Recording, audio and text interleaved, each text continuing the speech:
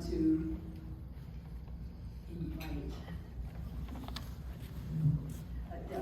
Dr. Powell. It's good to see you again, and as you introduce your friend, Philip.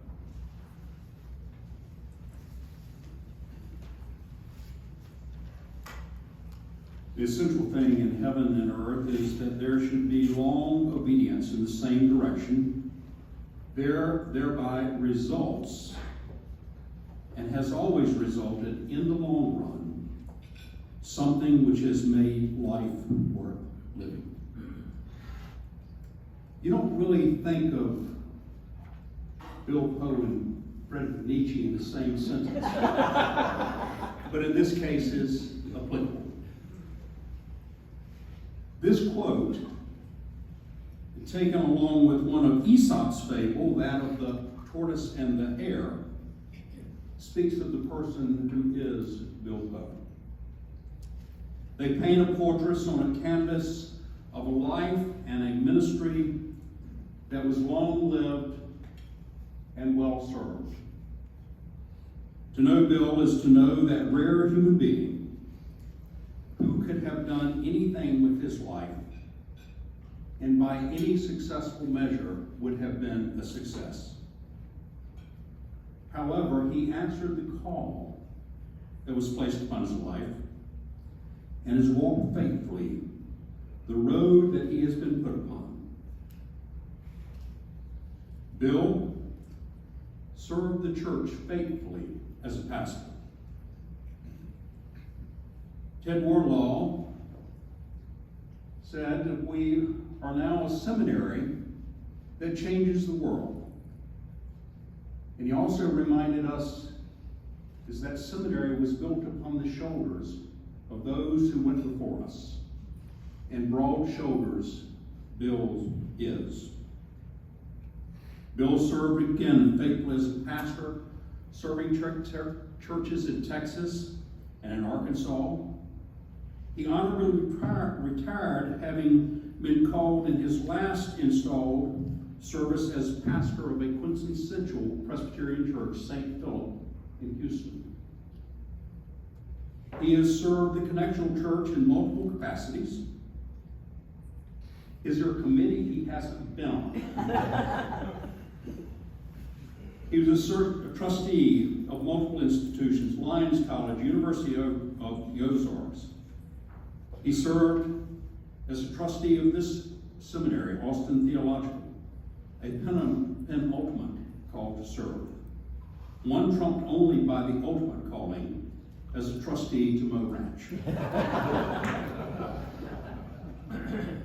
In his retirement, when called upon, he has served as interim pastor in several cases, as interim stated clerk of Mission Presbytery twice, where he helped us navigate some very choppy waters. The gift of his experience, temperament, and wisdom in service to the church cannot be overstated. However, I think the greatest accomplishment of Bill's life is that over half a century ago, he managed to get Betty Ann, who then must have been about 11, to say yes. And they've been married for 56 years. What I've given you is a mere glimpse of a life well lived.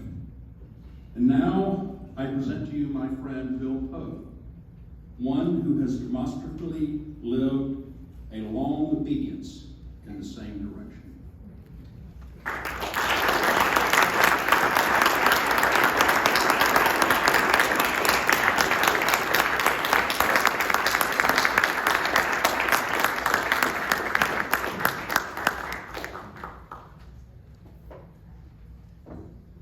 Thank you, Dick, for that mostly factual introduction. I'm grateful to my seminary and to the ASA board for this.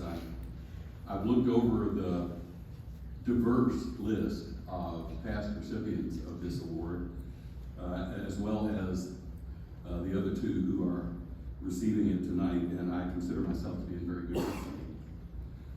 I'm I'm also grateful for the presence of my family here with me. Our daughter Sarah and her husband Michael, our son Christopher and his wife Kimberly. Betty Ann has been my strongest support and my partner in ministry for over 56 years, and I could not have done any of the things I've been privileged to do over these years without her. Our grandchildren, Ethan, Abby, Ellie, and Kenna, are not here with us tonight, but they're definitely a part of that all-important support network. I've always been blessed with wonderful friends and colleagues, many of whom are in this room tonight, and some of whom, David Evans and Paul Davenport in particular, have been our closest friends for almost 60 years. The October Mo Ranch group, of which I am a part, and several of the rest of you are also a part, has been a very important part of my life for more than 40 years. Betty Ann and I arrived at Austin Seminary in the summer of 1969. It was the beginning of 3 wonderful and formative years. We made wonderful friends, not just among our student peers, but also among faculty and staff.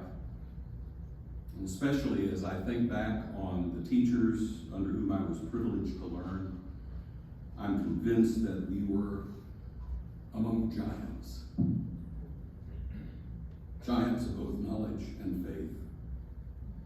Preaching on the circuit not only gave us money for groceries, it also deepened our love for the church and for church people. The community here nurtured us both for our life of ministry together. As the psalmist writes, the boundary lines have fallen for me in pleasant places, and for that and so much more.